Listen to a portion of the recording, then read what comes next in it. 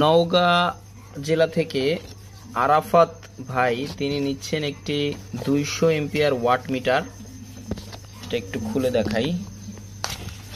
200 এম্পিয়ারের একটা watt meter নিচ্ছেন এবং নিচ্ছেন 9 ওয়াটের সুপারস্টারের 5টা বাল্ব এবং এক সেট MC4 কানেক্টর। এছাড়াও তিনি আমার কাছ থেকে নিয়েছেন তিনি আমার কাছ থেকে 6RM যে সোলার কেবল সেগুলো নিয়েছেন এবং লঞ্জি 355 ওয়াটের 2টা প্যানেল নিয়েছেন। ওগুলোর ভিডিও আসলে করা হয়নি বন্ধুরা।